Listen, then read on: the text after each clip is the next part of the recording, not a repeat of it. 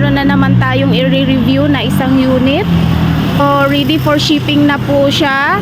Before natin ipapaship, ipapakita ko muna sa inyo ang setup na to.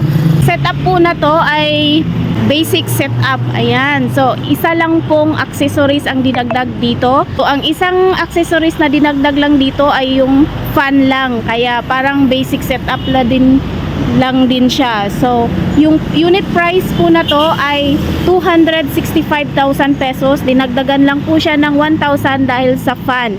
Ayan. So, ipapakita ko sa inyo kung ano yung basic setup natin. So, ito po yung kanyang harapan guys. Ayan. Ito po ay Samurai Edition with fog lamp. So, ang headlight po niya ay normal headlight. Kulay po niya ay Raptor Gray. Fully tinted po siya. Mag-wheels na po siya, original from Japan, size 155 by 65 13. Naka undercoat na po yung ilalim. Clear fender lights. So dito, ito po yung kanyang side mirror. Tapos meron siyang rain visor with antenna doon sa taas. Tapos yung kanyang door handle ay chrome na po yung hawakan dito. Pininturahan po dito ng black para mag-turn po kanyang fully tinted na salamin.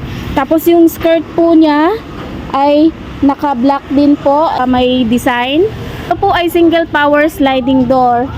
Yan. So dito hindi manual lang po yung pag-open dito sa right side. So ang automatic slide ay doon sa driver side.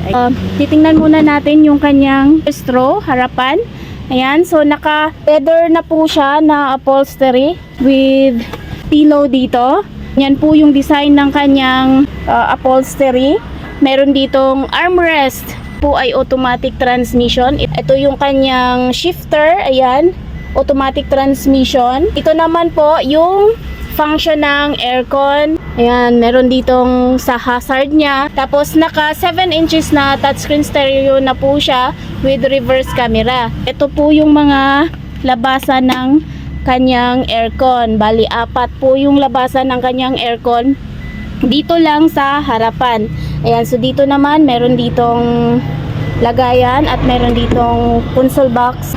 Sa taas naman po, meron ditong sun visor, center mirror, at dito meron ding mga lagayan dito. Ayan, ito yung kanyang room light. Kanyang ceiling po ay new ceiling na po siya. Meron dong dalawang handle.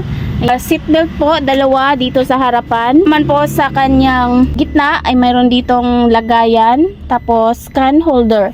Yan. So, new matting na guys. Ayan, kasama na po yan sa ating basic setup. So, itong pinapakita ko sa inyo ay basic setup. Isa lang po yung nadagdag dito na kanyang accessories, kaya tinatawag ko siyang basic setup. Ito lang pong fan yung pinadagdag niya dito. The rest po, yun po yung ating basic setup. 265,000 pesos. Dito naman po, ayan, may dalawang captain seat na mayroong armrest at mayroon ditong mga can holders. Yung dalawang upuan pwede po yan ma-fold. New matting tayo guys. Pati yung isa doon pwede yan ma-fold. Itong kanyang upuan po ay marirecline po yan sa gusto mong posisyon para comfortably ka po habang nagbabiyahe. At pwede mo din po yung ma-fold. Ayan, so dito din mayroon ding seatbelt dito sa second row guys. Ayan, tingnan nyo talaga, kailangan kompleto po ng seatbelt para po safe po tayo. I-close natin.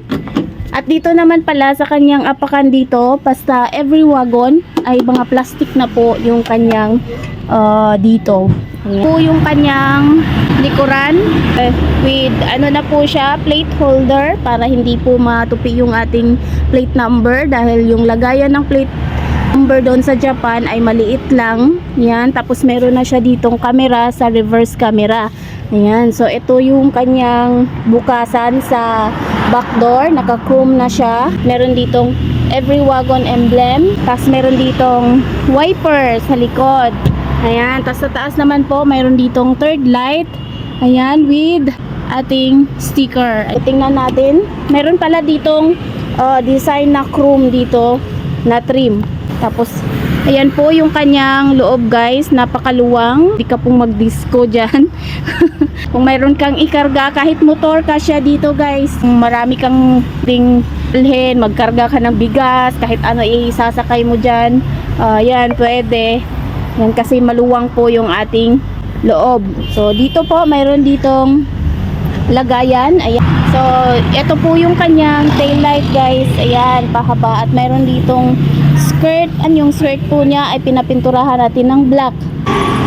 Yan. So ayan po, nag-automatic slide po siya dahil single power slide. So dito naman po, meron ditong lagayan ng tools. Yan, nandyan po yung kanyang jack anti-rinse. Ito din upuan niya dito, marirecline din po yan. Ayan, sa gusto niyang posisyon para comfortably po siya pag nagbabiyahe. Ayan, at pwede din po yan ma-fold. So dito naman sa kanyang driver side, ayan, nandito po yung pindutan ng mga bintana, ayan, at saka sa kanyang side mirror. Dito din mayroon mga switch dito sa sliding door, push on sliding door. Ayan guys, ito po yung kanyang makina. Ayan, pakita ko sa inyo. Nandito siya sa ilalim ng kanyang upuan, dito sa harapan. Hindi po siya mainit guys, kahit nandito yung makina sa ilalim ng kanyang upuan dahil meron tayong insulator dito na makapal na original from Japan pa. Ayan, so hindi yan magsingaw yung init niya. So ito po yung kanyang makina. Ayan, so dito po yung kanyang main fuse. Ayan, yung computer box po niya ay nandito sa ilalim. Ito po yung air cleaner. Ayan, so ito po yung pula ay ang kanyang ATF. Ayan, so dito po yung kanyang throttle body. At ito po yung kanyang compressor and kanyang alternator. Ayan, tapos yung dilaw naman po dito, yung tick po ng kanyang engine oil. Dito naman po sa kabilang side ng engine, nandito po yung kanyang turbo, yung turbo actuator, yung injector, yan, yung ignition coil, nandyan, tapos yung kanyang oxygen sensor, tapos dito po magre-refill ng engine oil. Ang makina po niya ay K6A engine, 660cc, 3-cylinder, 63 horsepower, and 12 valve. Kahit maliit lang po yung kanyang engine, kayang-kaya niya pong umakyat ng mataas na lugar like Baguio. Ayan. So dito naman po tayo sa harapan. Ayan, dito sa ilalim ng kanyang hood, nandito yung windshield washer na reservoir. Tapos yung motor ng wiper, yung radiator cap, at nandito yung brake fluid. Tapos dito po yung lagayan ng coolant. Ayan. So yung unit po natin ay naka-coolant na guys. So ganyan po yung kanyang hitsura ng kanyang bumper dito sa harapan. Sa mga gusto pong mag-order ng mga ganitong unit, i-message nyo lang po kami sa aming FB page, JN Auto Parts, or call Miss Jane 0938-566-4667. Mga unit po natin guys ay Japan surplus unit.